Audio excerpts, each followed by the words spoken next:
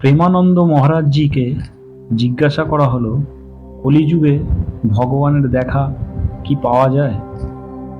তার উত্তরে প্রেমানন্দজি বলছেন, ভগবান আছে বলেই আমরা আছি, প্রাণের অস্তিত্ব আছে। ভগবান না থাকলে আমাদের মতো সন্ন্যাসী সাধুরা কি কখনোই পারত একা একা জীবন এইভাবে কাটাতে? কোনো ব্যক্তিকে বা তোমাদের যদি কোনো একটি এসি ঘরের মধ্যে বন্দি করে রেখে ভালো মন্দ খাওয়া দাওয়া শুধু দেওয়া হয়, মোবাইল টিভি কারোর সাথে দেখা করা বা মেলামেশার সুযোগ না দেওয়া হয়, থাকতে পারবে? একটা দিনও থাকতে পারবে না? থাকতে পারবে না। বাঁচার ইচ্ছেটাই শেষ হয়ে যাবে। সেখানে আমরা সৎপথে চলা সাধু সন্ন্যাসীরা সারাটি জীবন সব কিছু ত্যাগ করে একা জীবন কাটাচ্ছি। এটা কি এমনি এমনি সম্ভব? তার জন্য মনের মধ্যে সেই প্রেম, ভক্তি, বিরহ, গভীরভাবে ভগবানকে দেখার দৃষ্টিশক্তি দরকার। মনের মধ্যে সেই খিদে, তাকে পাওয়ার ব্যাকুলতা প্রয়োজন। যেমন অনেক বড় শিল্পপতি কখনোই তার সম্পূর্ণ সম্পত্তির কথা প্রকাশ করে না।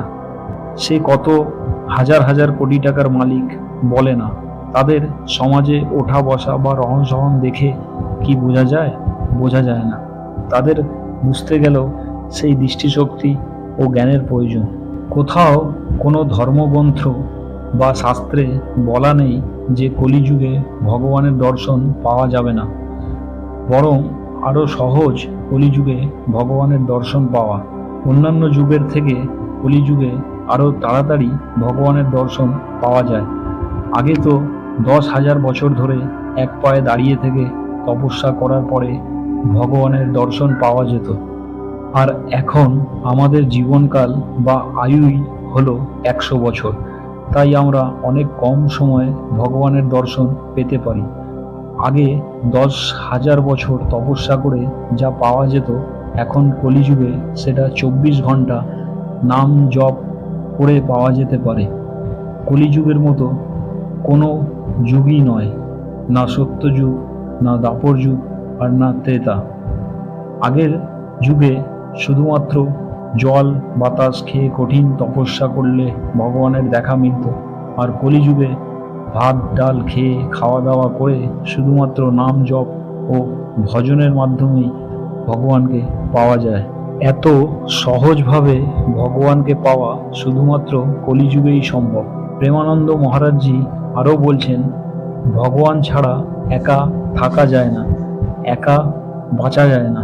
একা থাকা মানুষের কাছে বিরাট বড় শাস্তি, কিন্তু যদি ভগবানের সাথে হৃদয় জুড়ে থাকে তাহলে সেটাই চরম আনন্দের।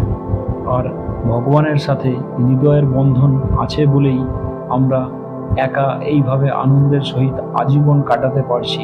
আর ভগবানের সাথে আমাদের মন জুড়ে থাকে বলেই সমাজের সব উপভোগ্য বস্তু, লোভ লালসা থেকে দূরে থেকেও সুখ ও শান্তির জীবন কাটাতে পারছি। এইগুলো শুধু কথার কথা নয়, আমার হৃদয় জানে, আমি অনুভব করেছি।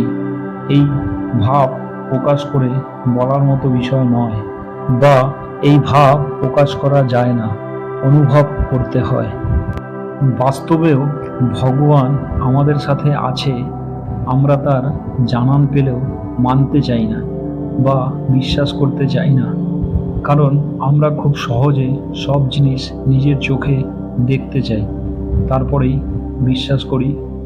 যেমন 3তলা বাড়িতে জলের ট্যাঙ্কে জল তুলতে গেলে একটি পাম্প মেশিনের দরকার পড়ে। পাম্প ছাড়া উঁচুতে জল তোলা সম্ভব নয়। আর সেখানে একটি নারকেল গাছ এত উচ্চতায় থাকা সত্ত্বেও নারকেল বা ডাবের মধ্যে জল কীভাবে থাকে তা কোনোদিন ভেবে দেখিনি।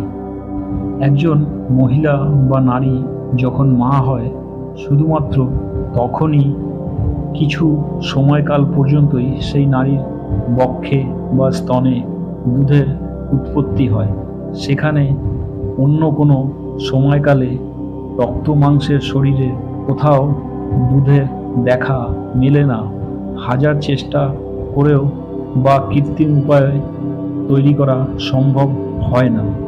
তাই ভগবান আছে বলেই আজও এমন অনেক ঘটনা ঘটে চলেছে আর ঘটতে থাকবে।